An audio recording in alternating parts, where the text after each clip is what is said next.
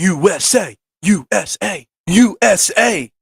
Yes, I'm going to try to talk a little soccer today, some FIFA World Cup. Team USA with the big victory yesterday to advance in the World Cup. We're going to talk Sixers. Shake Milton. What's up? Has Shake finally put it together? What is his role going to be when the big guys get back? And Eagles. There's lots of Eagles talk on the agenda. Trending in the AM starts in 30 seconds.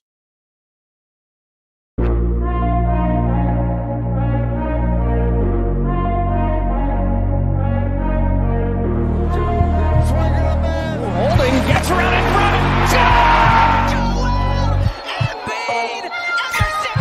And Philadelphia has it.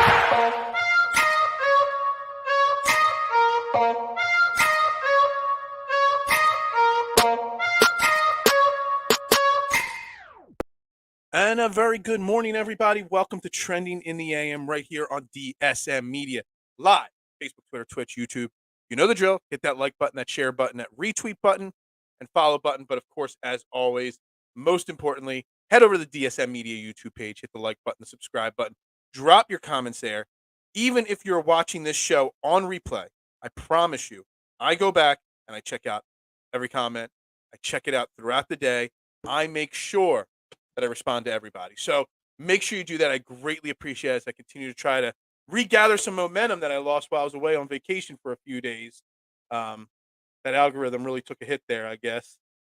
Anyway, we got lots to go over today. We do.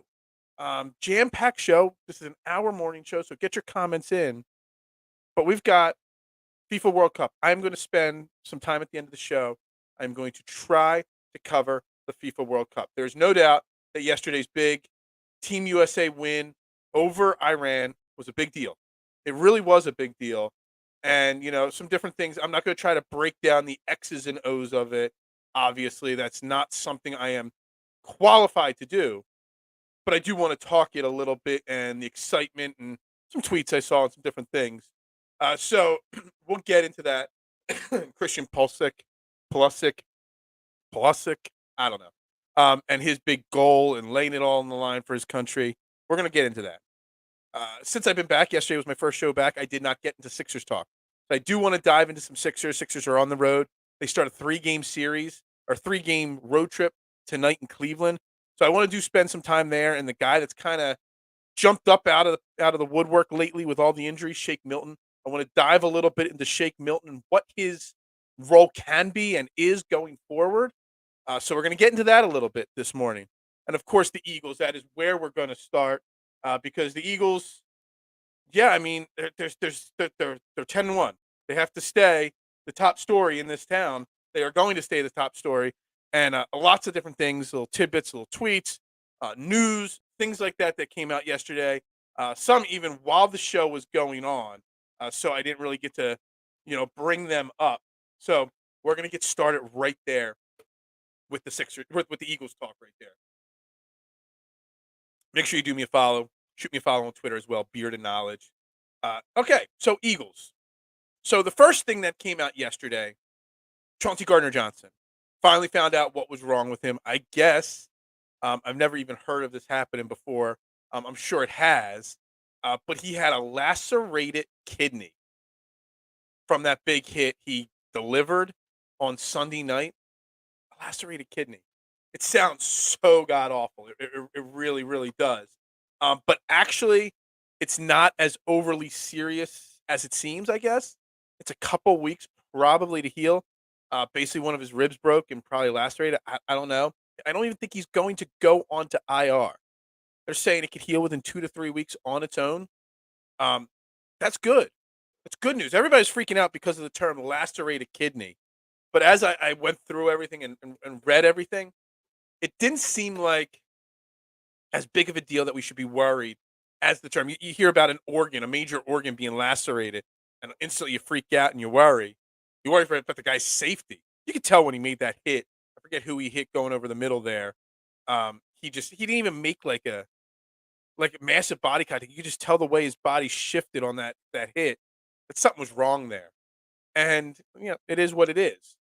Chauncey Gardner Johnson is having a crazy big season. His first time as a starting safety in the NFL. The huge trade with New Orleans to bring him in here. Really, really did a great job. It'll bring up a conversation at some point. Hell, maybe I'll even run a Twitter poll today just to get the conversation rolling. Two guys that we brought in the secondary, Chauncey Gardner Johnson and James Bradbury. Which one is more important? Like, the Eagles are going to be cap strapped. There's no doubt about it. They're probably going to have to extend Jalen Hurts this offseason. Which one of those? If you can only bring back which one of them, which one is it? I mean, James Bradbury is an excellent pair next to Darius Slay. But Chauncey Gardner Johnson, I mean, the rest of our safety room right now, I mean, you think about it, Marcus Epps hasn't done much to really solidify himself. Reed Blankenship had some good moments stepping in and filling in there. And Kayvon Wallace is still someone in that bust territory at this point. So you kind of feel like it's a really tough question at this point, who you would bring back. Chauncey Gardner Johnson's made a case to get a very large contract in this offseason. I forget who it was. Someone else got a huge contract as safety this past offseason. It had been like 4 or 5 years, like $15-18 million. So you're looking at least probably 4 years, 65, 5 years, 80, something like that for Chauncey Gardner Johnson. He's earned it. So then, it had already happened and people had already been talking about it. But then with the injury Sunday night, it really came to the forefront. John Clark from NBC 10, Philadelphia, did an interview with former Eagles. Great. Yeah, absolutely. He would be, if it wasn't for Brian Dawkins being here, he would have been probably the greatest safety in Eagles history. Malcolm Jenkins was talking to him. They had a little one-on-one sit-down, Zoom interview style. And he was flat out blatantly asked by John Clark, if he's in game shape, if he's ready to play, if a team needed him. And Malcolm Jenkins was not shy whatsoever in saying he is in game shape, he could go, and he could bring something to the table if the Eagles wanted him to. He is not out there looking for any team that needs a safety. I think it's really down to he would just come back to the Eagles for one little run. The question is, do you bring back a 34-year-old safety that hasn't played this year? And he played okay last year in New Orleans. He wasn't as great as he's been in years past. He was, showing a little long in the tooth. He's 34. He'll be 35 in mid-December. Is that something that you would want the Eagles to consider doing? Some say yes, some say no. So I say yes. Bringing in Malcolm Jenkins would not create any harm. And here's why. First and foremost, let's look at precedent. Last year, the Rams had some injuries in their secondary and on their way to the Super Bowl and their Super Bowl run. And they go get their retired safety, Eric Weddle, bring him off the couch, and he was an integral part in the last 4 or 5 weeks of the season, getting the Rams to where they were in the playoffs, and then in the playoffs made some pretty damn big plays for that Rams defense. So we just literally saw this exact situation happen last year. Reason 2, I would bring in Malcolm Jenkins. Ndamukong Suh and Linville Joseph, 2 older vets sitting on their couch, not in quote-unquote game shape, but staying in shape, waiting for a phone call, have come in and already made a massive difference on this defense. Suh played a small amount of snaps last week. Joseph has been getting big snaps every single week. I'm not sure what we're literally seeing the exact thing happening on our team right now. So, again, check 1. It makes sense because there's precedent last year having. Check 2. We're having that precedent happen on our defensive line right now. Check mark 3. What harm could it do? I mean, right now you've got Marcus Epps, Marcus Epps, Reed Blankenship, and Kayvon Wallace. They're your top 3 safeties. Reed Blankenship's an undrafted rookie right now, free agent rookie right now. Kayvon Wallace has not lived up to the hype since he was drafted a couple years ago. The depth that you have there at that position is inexperienced and super, super young. Even if Reed Blankenship plays well enough to hold on to that starting role, what harm could it have to have that veteran guy in the locker room helping? Blankenship doesn't know Malcolm Jenkins. I don't know if Epps or Kayvon Wallace had any overlap with Malcolm Jenkins. I don't think they did. Epps might have had a 1-year overlap. But the amount of help, knowledge, on the field teaching and tutoral, stuff he could do for these young guys, it could be immense. It could be the difference between Reed Blankenship becoming a starting safety or not, or Kayvon Wallace finding some form of a groove. If I'm Howie Roseman, he's there in practice today. He's not because they haven't brought him in yet, at least not to my knowledge. But if I am Howie Roseman, I am on the phone with Malcolm Jenkins like, yo, are you really legitly in shape to go? Come on in. Let's see what you got. What harm can it do? And then when Chauncey Gardner Johnson comes back, you still got Johnson and Epps as your starting safeties, and you've got Malcolm Jenkins, not a Hall of Fame safety, but pretty close, a really damn good safety as your number 3 in the playoffs. I mean, Malcolm Jenkins can actually step up and stop the run as well. Gives you so much. If you get him back, and say Avonte Maddox doesn't come back or has a setback, you can slide Johnson into the slot instead of Josiah Scott, which I'm not taking anything away from what Scott has done. He's played okay, but he's no Avonte Maddox. It gives you an added level of flexibility in that secondary. And I just, not many people said no to the thought. There were a few that said no. Why would you want a 35-year-old, back there when you got these other guys younger and whatnot? Look, it's working. Bringing in the older veteran guys. That's what you do when you're trying to make a Super Bowl. You go all in. You make whatever's necessary to try to find that little advantage over your opponent.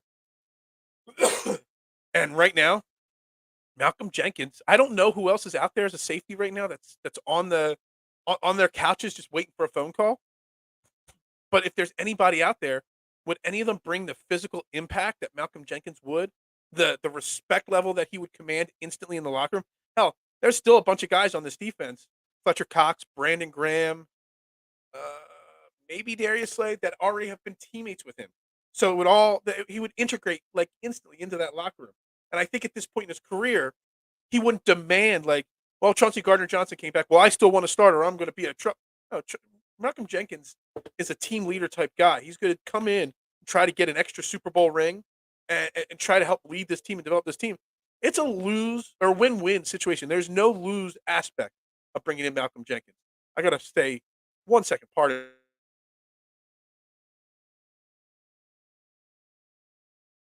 Sorry about that. So that was the first thing that came up yesterday on Twitter after the show. Really wanted to dive into that. And I think it's a no-brainer for the Eagles to bring in Malcolm Jenkins. Literally nothing can go wrong with doing that. The only thing that can go right is he could help patch that defense together till Johnson is back. Hell, I mean, it's a very unscientific, process on a lacerated kidney anyway. So we say it's a couple of weeks, but if it doesn't heal correctly or the rib is still broken and they're worried about it happening again, he might miss 4 weeks. Who knows? It doesn't seem like they're going to put him on IR. That is one thing right there.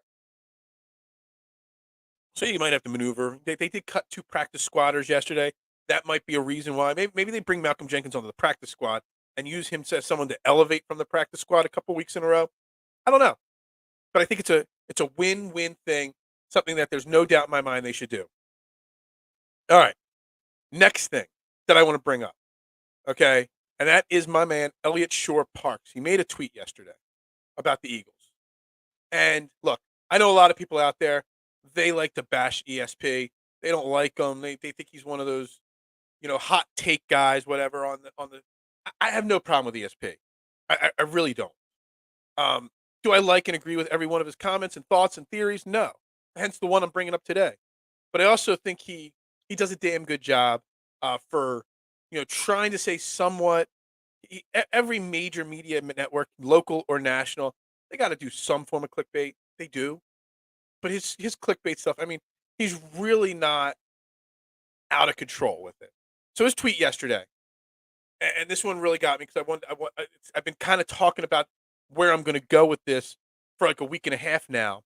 And his tweet goes, exactly, and I'm reading this verbatim. Biggest concern with Eagles right now isn't special teams or injuries. It's the passing offense. First 7 games, 245 passing yards a game, 8th in the NFL. Last 4, 174 a game, 31st in the NFL. Eagles overall are 19th in the NFL in passing, and were 21st last year.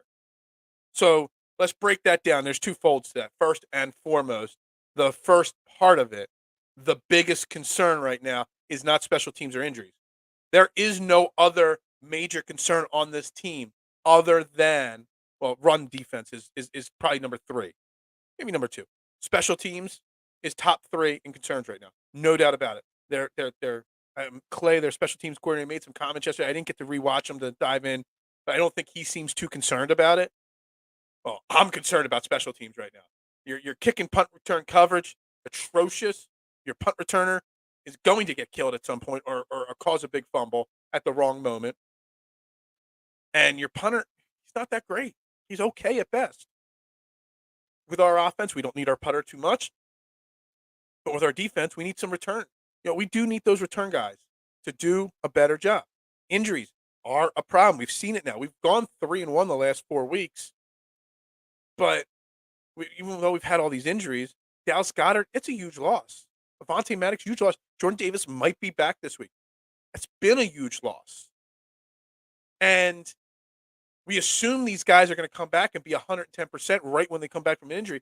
There's no guarantee, especially Jordan Davis. Jordan Davis' endurance is not going to be where it was right when he got hurt. He's not going to be able to play 30 snaps a game, which is fine.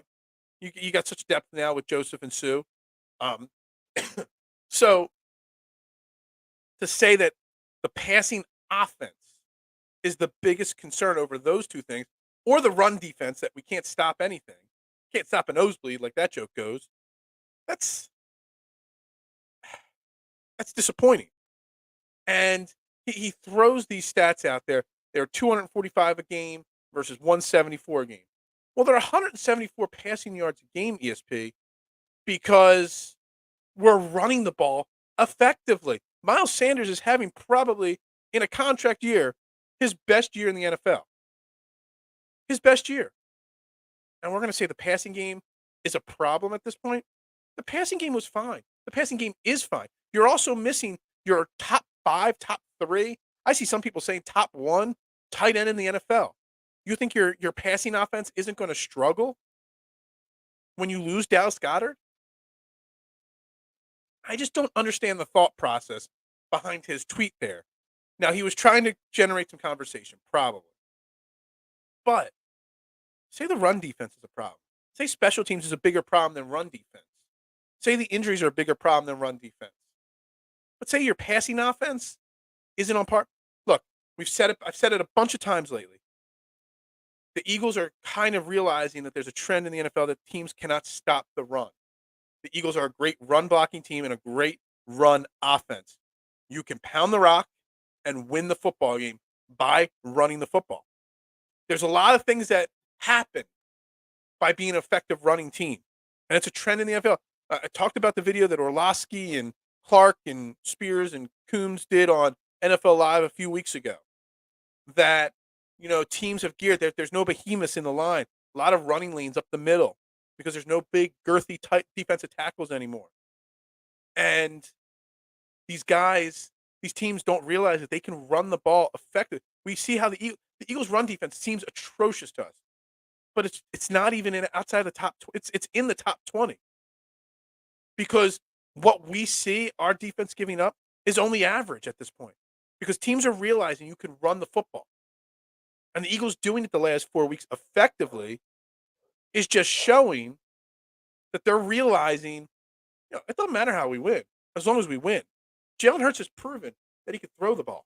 In these last 4 games, he's had some pretty damn effective games passing the ball. He might not have put up 300 yards, but he was efficient with the football, not throwing picks, making the right reads, decent completion percentage, et cetera, et cetera. So I still don't understand why people want to harp on that passing yard number so much because it's not important. What's important is the win-loss record.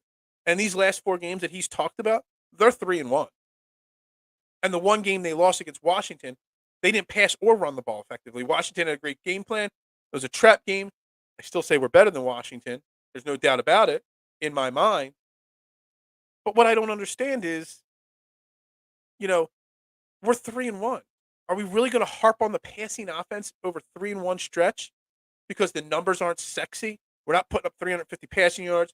We're not putting up, we did put up 40 points. We didn't pass the ball effectively, and we still put up 40 points this past week against Green Bay. There's something else that being an effective run team does. Well, two things. It keeps the other team's quarterback off the field. When you get to the playoffs, you don't want Tom Brady or Aaron Rodgers. I'm not worried about them this year, but in general, you don't want Josh Allen. If say we played them in the Super Bowl, we don't want Josh Allen on the field. We don't want Joe Burrow on the field. We don't want Justin Herbert on the field. Actually, I would, but you just might block me for my opinions on Justin Herbert. We keep those super. You win by not letting them touch them. We saw the end of that Chiefs-Bills game last year in the playoffs. Crazy, back and forth. Offense, touchdown, touchdown, touchdown, touchdown. If you have an effective running game, you might not be in that situation. You might be able to control the clock more. Secondly, when you get to that point of a shootout at the end of the game, because you kept them off the field and had a better time of possession, control of the clock kind of game, because that's what it does. You see the time of possession this past week. We dominated the clock. We did last week against the Colts as well. Your defense is fresher. Look at Fletcher Cox this week. He played 31 snaps. It was 60+% of the snaps, only 31 snaps. He had his best game of the year. Why did we only have to have 49 defensive snaps? Because we ran the ball effectively. And everybody on defense was more effective because of it. So I want to be firm one more time. Having an effective run game is going to become the trend in the NFL. Teams are going to start drafting more Jordan Davis types earlier than not saying anything away from Aaron Donald. He's just the biggest name. Aaron Donald, he's not a girthy run stopper. He's more of a pass. He's more of a pass stopper than a run stopper, honestly. And that is just the trend in the NFL, and I think the Eagles see it, and I think it's good that the Eagles see it, because, yeah. All right. So one final thing, I see people talking about, and I've talked about it a bunch of times. I'm just going to be really quick on this one. Back to the defense. My man Jeff Carr, Jacob Media said Nakobe Dean would start on a lot of defenses right now. It's just the Eagles are really deep at this linebacker position. And, of course, as I've said multiple times lately, I do not think the Eagles are as deep at linebacker as we think we are. I really do think TJ Edwards has regressed a little bit this year. I think Kazir White has regressed. And I don't mean regressed in talent-wise, just come back down to earth to where they were here. This is their talent level. They played up here, though. They're just back to where they realistically are as football players. They haven't dipped further below or anything, but they've come back down to their baseline. And I really think that Nakobe Dean should be seeing the field 15-ish plays a game just to see what he's got. Put him out there on first down, more likely running plays half the game. What can it hurt? Nakobe Dean would probably be starting right now on a lot of other teams. And I don't see a reason why you don't at least get him. I don't know if it's been since like week 2 or 3. He's got like 3 snaps the entire season. Put him out there for a snap or 2. It can't hurt. It really can't. And TJ Edwards might be fresher because of it.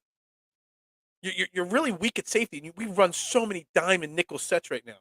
And I saw right before I went on the air, there was a Dan Orlovsky video breaking down the Eagles' soft center defense that they run. They got their 4 down, they got their 2 outside linebackers, and they got their 2 deep safeties. We're really weak at safety right now and defensive backfield right now. Why not run a more traditional 3-4-3 defense right now? Get another linebacker out there.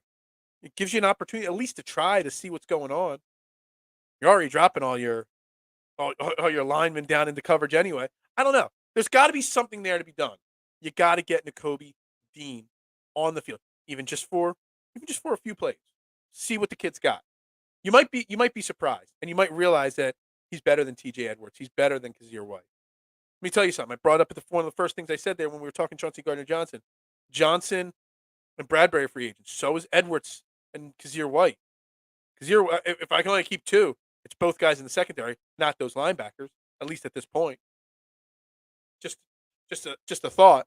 Actually, that's a great poll right there. Which one of those 4 guys you keep it? Be a poll after the show for sure. So with that said, I want to take a quick 30-second timeout here. Trending in the AM and all shows on DSM Media are brought to you by Gents Barber Lounge. Check out one of their 2 great locations in Fishtown and Old City. Book your appointment today.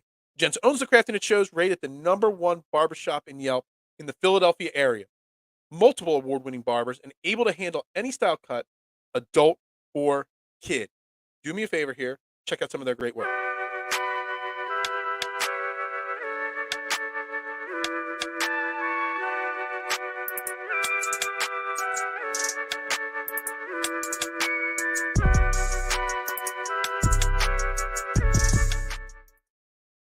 Again, Gents Barber Lounge.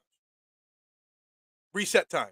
Trending in the AM right here on DSM Media, Facebook, Twitter, Twitch, YouTube. Again, like, share, retweet, comment on all the social media platforms, but specifically the DSM Media YouTube page. I greatly appreciate it. I'm Phil Stifle, your host. Make sure you follow me on Twitter at Beard and Knowledge. And it's time to turn the page.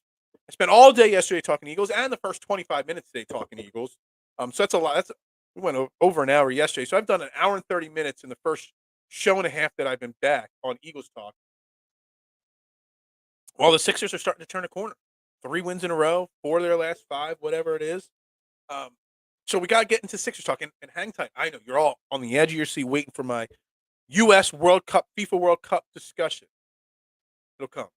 Maybe. I don't know. I don't even know what I'm going to say. Actually, I have a little idea what I'm going to say. I just know I'm not very versed in it. I'm still paging through my Twitter page here from some of my tweets from yesterday and getting off of where I was talking about the Eagles there. And I see the tweet. Every time I see it, and it's Jimmy V week on ESPN, and every time I hear Jimmy V's speech and his line, if you laugh, if you think, and you cry, if you do each of one of those things once every day, that's a full great day. Gets me every time, man. Always donate to the V Foundation, guys. It's a great cause. It's a great charity. And, yeah, exactly. So Sixers. All right, I don't need my Twitter page for Sixers now. Where's my Sixers notes here? Here we go. They start a 3-game road trip tonight against the upstart. Are they upstart, the Cleveland Cavaliers? They're better than I thought they'd be. They've come down to earth a little bit over the last week or two. But Joel Embiid came back in his last game against the Atlanta Hawks. They won 104-101. He missed a few games. Joel Embiid's playing phenomenal basketball, guys. That's all I can say. I cannot say that I watched every game. They played 3 games while I was in the mountains, and we did not get NBC Sports Philly in the mountains. I didn't have great internet stream to stream the games. I followed along on social media. I read all the recap articles. I did my research. I kind of know how it went. But, I mean, 2 of them were against the Orlando Magic, and the Orlando Magic stink. They lost to the Hornets, which is a shame. Not a good win in my opinion, or loss in my opinion. But beating the Magic twice, you took care of business, and then you get Joel Embiid back, and you beat a tough Atlanta Hawks team, which where were we earlier this year? We went. So now we're 2-1 against the Hawks, and the Hawks are a really good team. So it was a really good win the other night against the Hawks. I don't want to say anything negative about that game, but I don't even care about talking about Joel Embiid. I mean, we're going to mention his name 100 times. I'm going to be reminded how I bashed him, and then he scores 59 points and goes on this run. But what I really think needs to be discussed right now is one Mr. Shake Milton, 6'5" guard, SMU College, out of Owasso, Oklahoma. The guy has stepped up in the absence of Tyrese Maxey and James Harden and put together a 4 or 5 game stretch, probably the best stretch of his career at this point. I can't tell you a time that Shake Milton put together this many really good games together. Now, Shake Milton's biggest issue in his career has always been consistency. He has not been able to put it together for long stretches. But I really think some of that has come down to the lack of usage.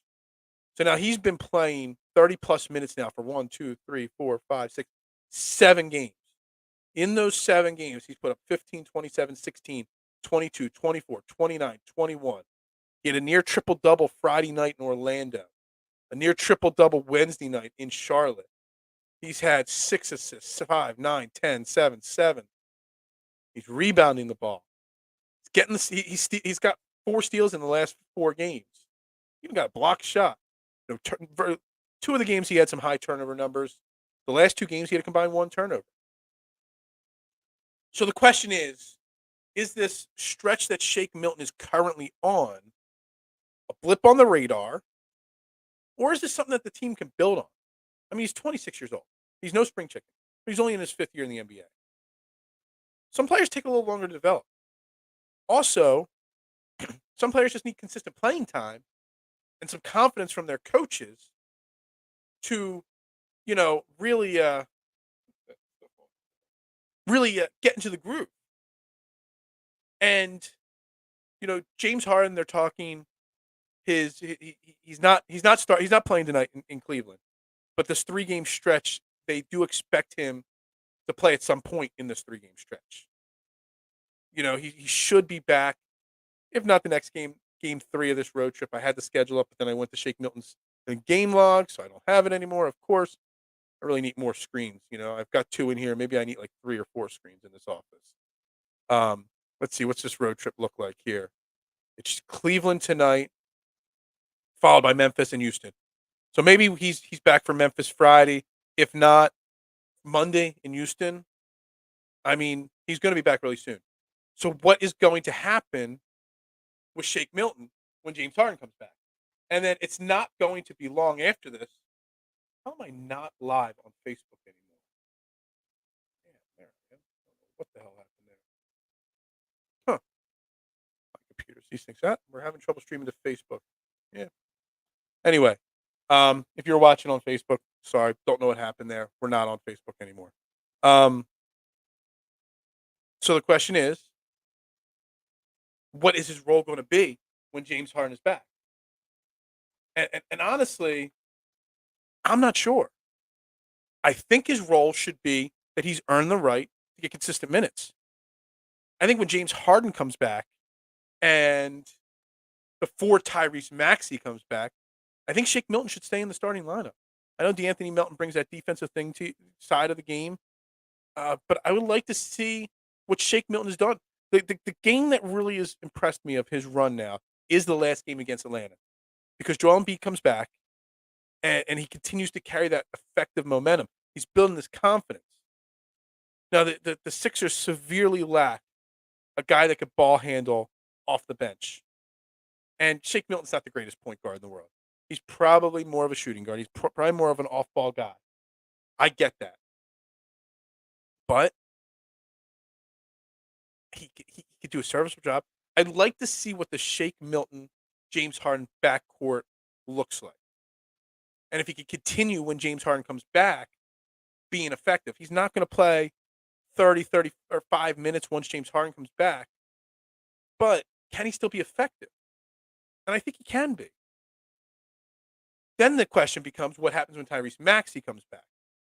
And what happens is there's something that I saw a comment about this. One of the reporters that I follow that cover the Sixers, they talked about the minutes that before the injuries that Maxey and Harden were averaging. It was like something like almost 35 minutes a game, 37 minutes a game for both guys. James Harden's no spring chicken. Maxey's young, but you want to keep his legs fresh. Has Shake Milton done enough to earn enough playing time once those guys come back? I mean, what was the rotation before they went down? Milton was playing some games, not other games. Melton was your first guy off the bench. House.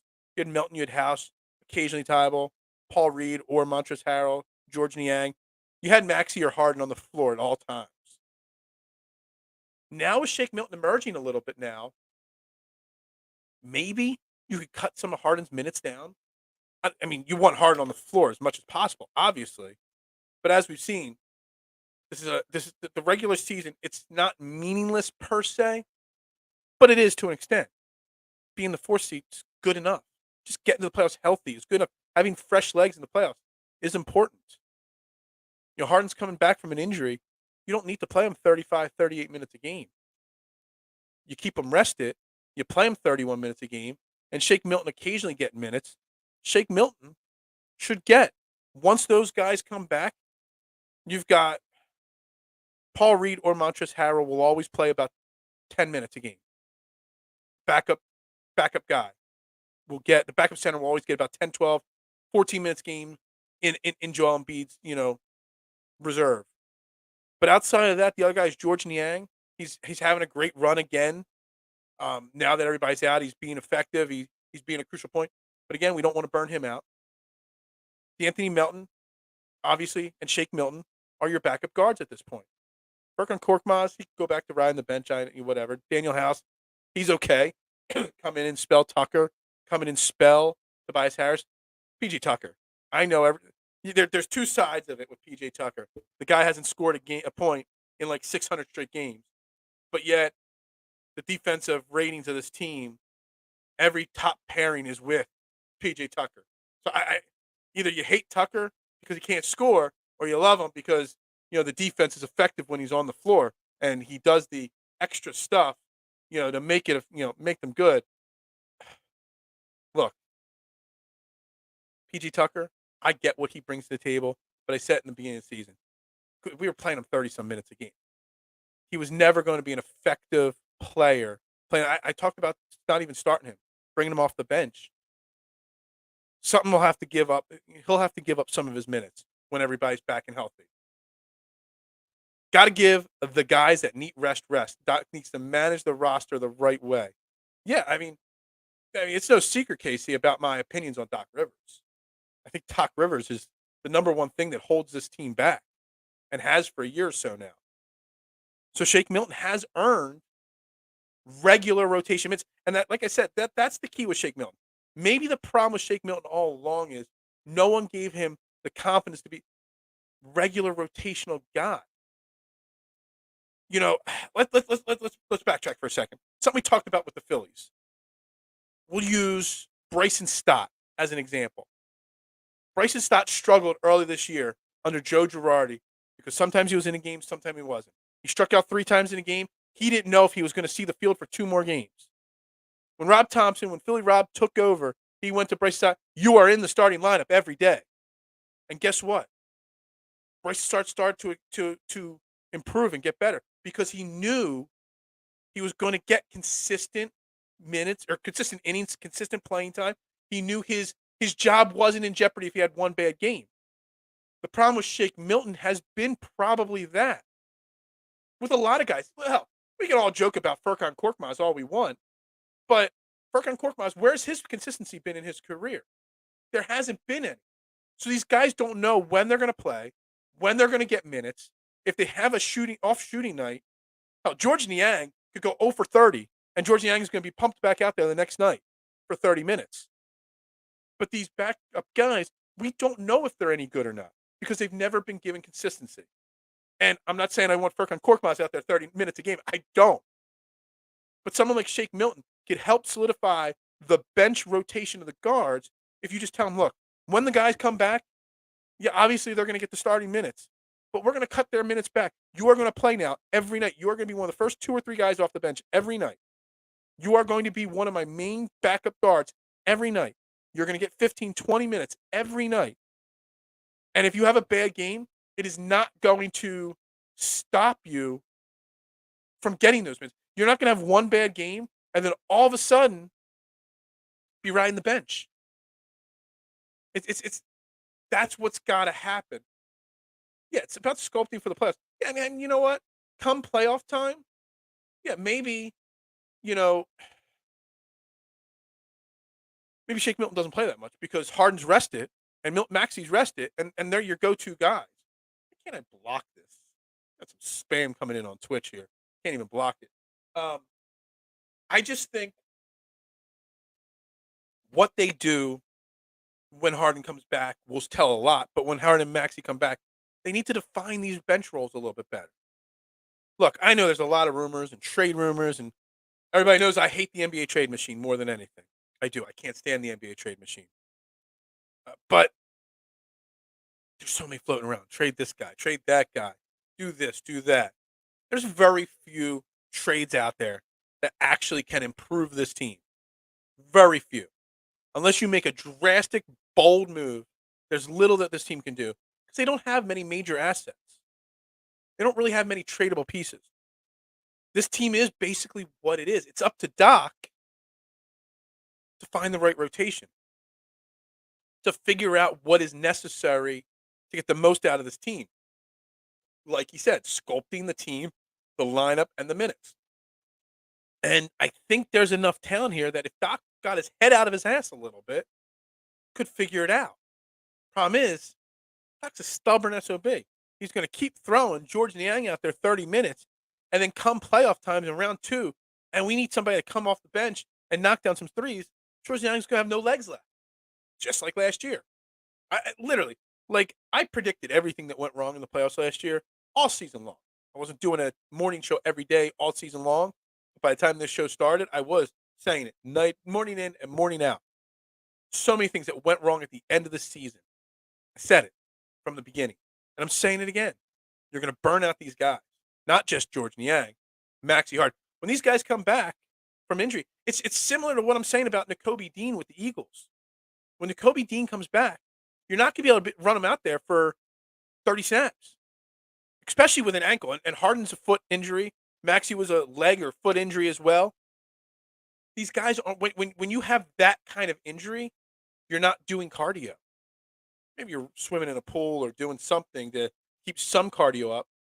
But no need to come out here and play these guys. Shake Milton, in my opinion, I don't have off the top of my head a good comparison, but there are plenty of NBA players that haven't hit their stride to their 4th, 5th, 6th year. And it wouldn't surprise me if Maxey's just starting to find that stride now. Unfortunately, he came in as a 22-year-old rookie. He wasn't an 18-year-old rookie. So he is 26 already. But the guy's got length. He's got some ball handling skills. He could shoot.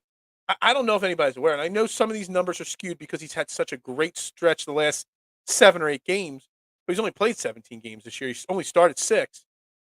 He is having his best three-point shooting year of his career. He's up to 43% three-point shooting. That's a great improvement. His field goal percentage overall, over 53%. He's never shot 49% in his career. 43 or 53%, almost 54 from the field. His free throw percentage is up, 84.4%. That's his highest of his career. His rebounds, highest of his career. His assist total, highest of his career. Steals, not so much. Turnovers aren't that out of control for a guy playing some big minutes all of a sudden. Shake Milton is a better basketball player all of a sudden.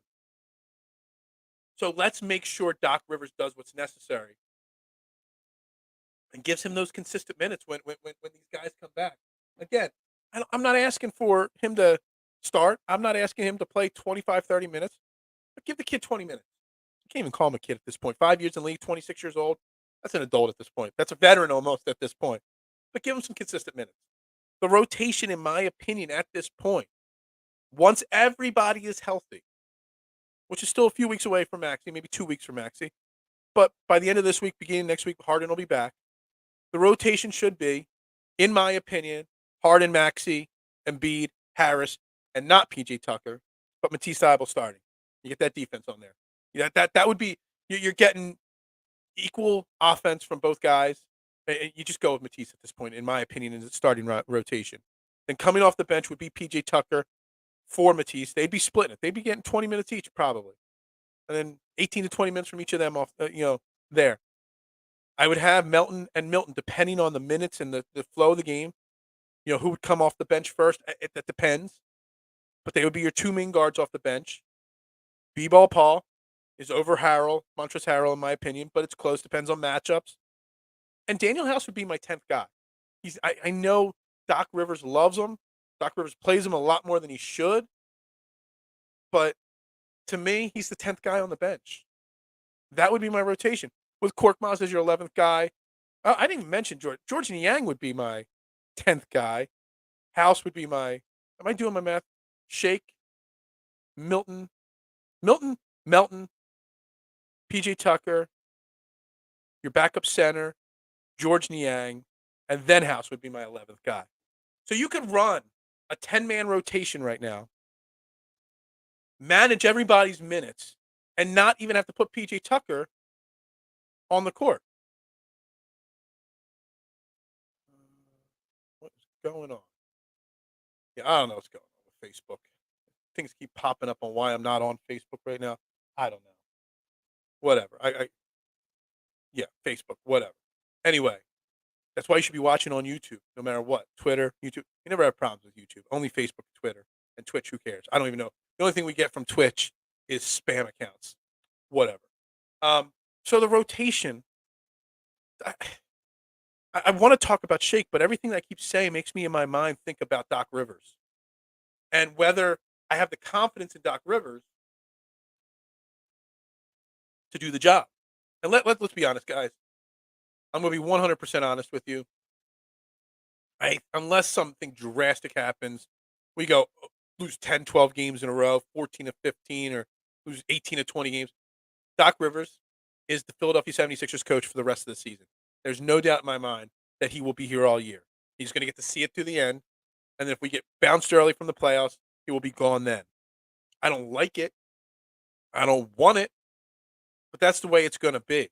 And I'm firmly believing that statement. But how he met, there's a lot of people like me questioning him as a coach. There's a lot of people like me questioning him as the right guy for this team right now. He could prove us all wrong. There is enough talent on this team to be a championship caliber team. And they're showing that. They're winning games without 2 or 3 of their stars at a time.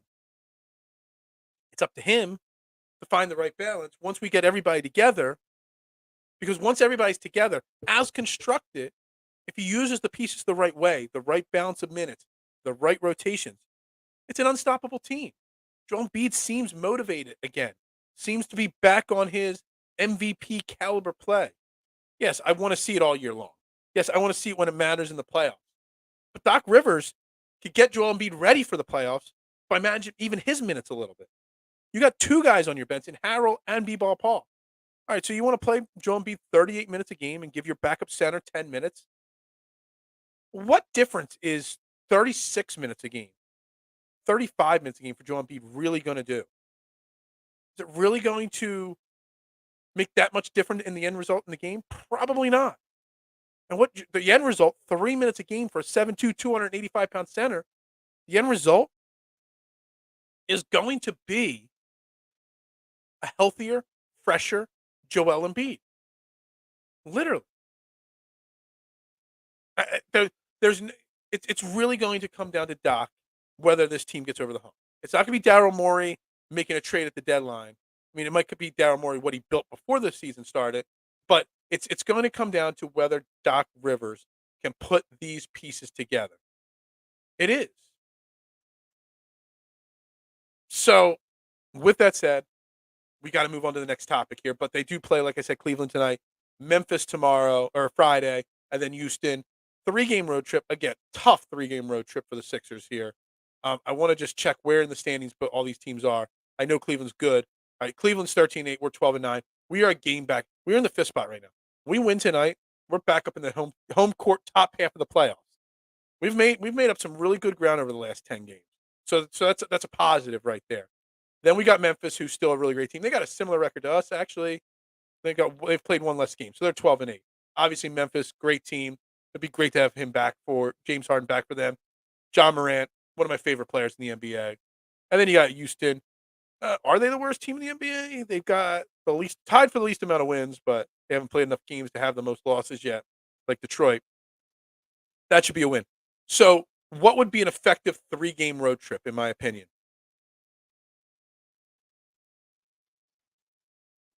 Do you think you could trade Tobias with Shake's surgeons? 2 for 1, maybe, for Tobias. So the question there, all right, we'll stick to this for a second here. First and foremost, trading Tobias, it depends on who you're getting back.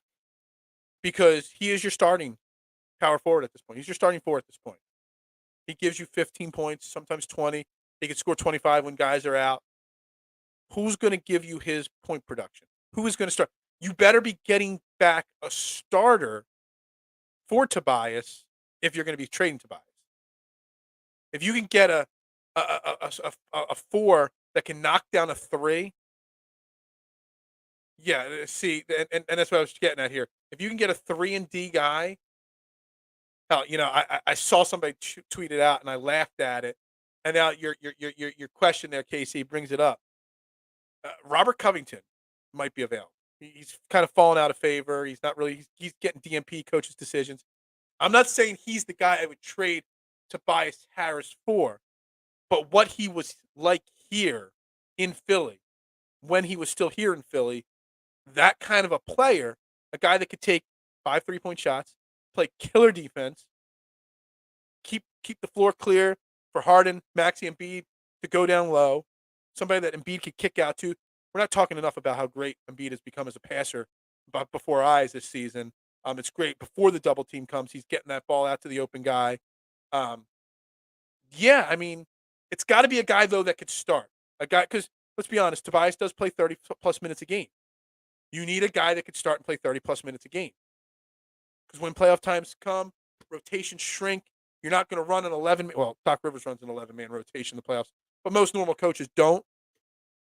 You need a guy that – and it's not Kevin Love. I'm not saying that because every year it seems like, the Sixers are rumored to trade for Kevin Love. But a guy like Kevin Love from 2 or 3 years ago. I don't know who that guy is. Some of the rumors I see out there, I mean, they're insane. They're either unbelievable because they would never work or unbelievable because that would not make us any better. Tobias Harris has more value on this team than people realize. He's just not a good enough 3-point shooter, not a consistent enough 3-point shooter. And his defense has gotten better, but he's not a great defensive player. So if you can get a Robert Covington from 3 years ago or a Kevin Love from 4 years ago, in a trade for Tobias Harris, Shake Milton, yeah, absolutely. That would help him too. But you got to be really careful. You can't just trade Tobias just to get rid of that contract. It's got to be an effective guy, in my opinion. So that's where I'm with that. And plus, maybe I'm also a little biased because I love Tobias Harris. I just love the guy that gets, bashed the most, on I don't know. I think he gets undue criticism in this city. All right, real quick. I promised, and we've only got about 8 minutes left. So I will give 5 minutes of talk time to Team USA. USA. Big win. Advancing out of group stage for the first time in God knows how long. I think Landon Donovan was still on the team the last time USA made it out of group stage, and that was a long time ago. In the World Cup, they beat Iran 1-0 in an exciting game, actually. Got to give out first the shout-out to my man, Christian Pulisic. I think I got his name right there. Pulisic. For laying it all on the line. For his big header that got the goal at the 38th minute yesterday. That was all the U.S. needed. And I really don't know how to talk about the X's and O's of the match, specifically. But what I saw, I felt like I was watching a Union game, actually. A team that was really good defensively. They just needed 1 goal to win. When they stepped back and they just handled their business after they got that goal. While they were trying to attack and get the first goal, they were aggressive. They were better than Iran. They seemed to get the ball, in that little box area, in the right section there frequently enough. But they just didn't seem like they had enough offense, enough attackers to really – how are they going to compete with the big-name teams in group stage? They got the Netherlands on Saturday, 9 a.m. I don't even know how good the Netherlands are. They're probably better than Team USA. But and on a side note, Christian Pulisic did tweet out that he expects to be there. Some kind of pelvic contusion. I thought he had his nut exploded. That I won't lie. That's kind of what I thought I saw there when he took a knee to the groin. It hurt. I hurt for him. Every male in America watching hurt for him. But what I want to say is what I want to talk about is somebody was tweeting out yesterday about who cares. And all these fake soccer foosball fans tweeting about Team USA that don't watch soccer all year long. Why all of a sudden they're big fans and they're tweeting out about what it's the World Cup. It's kind of similar to the Olympics, except it's even bigger for the World Cup. And I'll explain why in a second. But, it's like the Olympics. There's a lot of people in this country that do have national pride. And they want to see their national team succeed on the big stage. They really do. And this specifically, FIFA, the World Cup, Team USA advancing, playing well. I said it, the last game. Why play so passively against England? Because you had nothing to lose. What you're trying to do, and this World Cup is starting another trend of doing it. And if they beat the Netherlands somehow and get into the Elite Eight, it would be massively even bigger. I think they were minus 170 to win. I think maybe minus 190. I think they're not the favorite, but it's borderline against the Netherlands. I would have to look that up. But what you're doing is you're bringing more eyes to the product. And if Team USA could be less passive and more aggressive, even in a losing matter, what I think it could do is create some more passion for the sport. Maybe some kids are watching the World Cup and Team USA with their fathers or their older brothers, and maybe one of those kids is like, I want to go out and I want to practice. I want to go kick the ball around. That's what this does. It creates a new fan base. And MLS, it's still not there. In Philly, in some of the bigger markets and in cities with good teams, it's becoming borderline the fourth sport in the team. I mean, with how bad the Flyers are, the Union overtook the Flyers this year with their run, but really still the fifth sport in the U.S.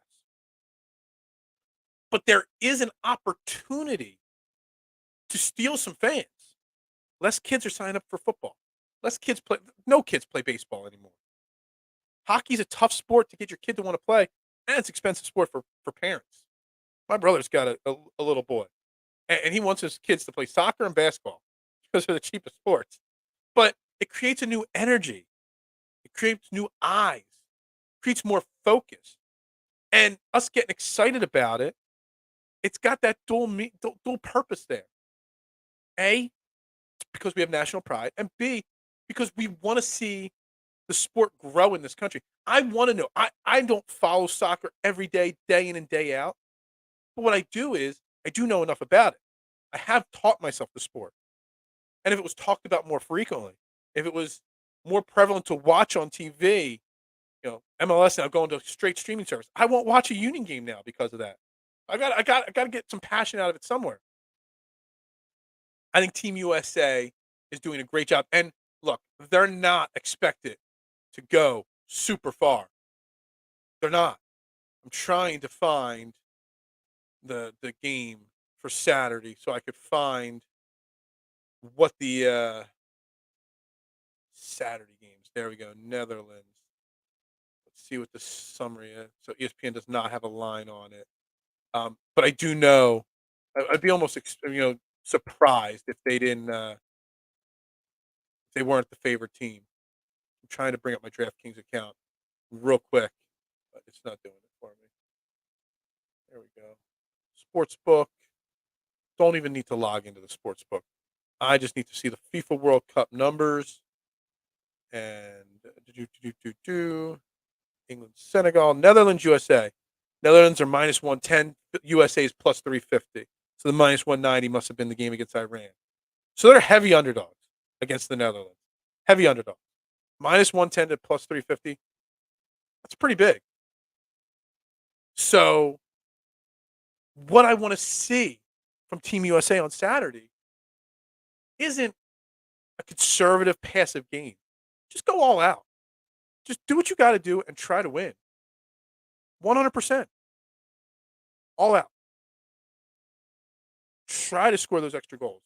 Push forward. You've got nothing to lose. No one thought you would make it out of the group stage. Some thought maybe you'd make it out of group stage. I don't know. But you got a young team, a lot of young players on the Team USA team. And I think if they put an exciting effort out there, knowing the team is so young, that will build momentum for Team USA going forward, but it'll build momentum for the kids of today to get into soccer. It'll be great for the sport. I'm telling you, somebody that was on the fence about the Union, watch this World Cup, get excited. Oh, you might buy Union tickets now next year. At least one or two games. Kids might pick up a soccer ball, might try out for soccer now. There's a lot of positives that come from it. So go USA on Saturday. I'm super pumped. I'm super excited. Look, it's growing sport, and it's gonna get better in the U.S. It's obviously the biggest sport in the world. Just go out there and give it 110%, and Leave nothing on the table. Don't play conservative. You get nowhere by losing 1-0 or drawing 1-1. Going out there and you get 3 goals, but because you're so aggressive, you give up 4. It might excite some fans. Create some new fans. Do it, Team USA. All right, we're ending Trending the AM right there. I got to figure out why Facebook stopped working. Got to get to work. We're back tomorrow. More Eagles talk. We'll recap tonight's Sixers game. We'll see what else happened. I had some Phillies things I wanted to touch on too. Didn't get to that. And who knows? If I'm active on Twitter, you never know what I'm going to see and want to talk about from what I see on Twitter. And again, just to one person. I literally got blocked last night because somebody, a big account, 30,000 plus followers, put out, "What do you think of Justin Herbert?" And I got blocked because I responded. I quote tweeted and said, "Justin Herbert is probably just another Phillip Rivers." If you know me, you know why I think that. I went back and forth. Multiple people comment. I got blocked for it. I compared Justin Herbert to a borderline Hall of Fame quarterback, probable Hall of Fame quarterback. And I got blocked for it. I don't know what the expected response was. Anyway, we might even touch on that tomorrow a little bit. Yeah, maybe. Definitely. Tomorrow, Thursday. Trending in the AM right here on DSM Media. Again, like, subscribe, comment. Even if it's watching on replay, I do check every comment. I greatly appreciate it. Tell a friend. Share it. Tag it. I don't know what happened on Facebook, so you might only be able to watch if you subscribe on YouTube. If you're on Twitter, I can't see your comments. So you got to watch on YouTube. Everybody have a great Wednesday. Is it Wednesday? Yeah, it's Wednesday. It's kind of rainy out right now, a little bitter, even though the temperature's not that bad. Everybody have a great day. I'll be back again. I'm Phil Stifle, your host of Trending in the AM, every single morning, 8:30 a.m., Monday through Friday. Dude, everybody have a great day. Go Sixers, go Eagles, and USA. USA. And Philadelphia has it.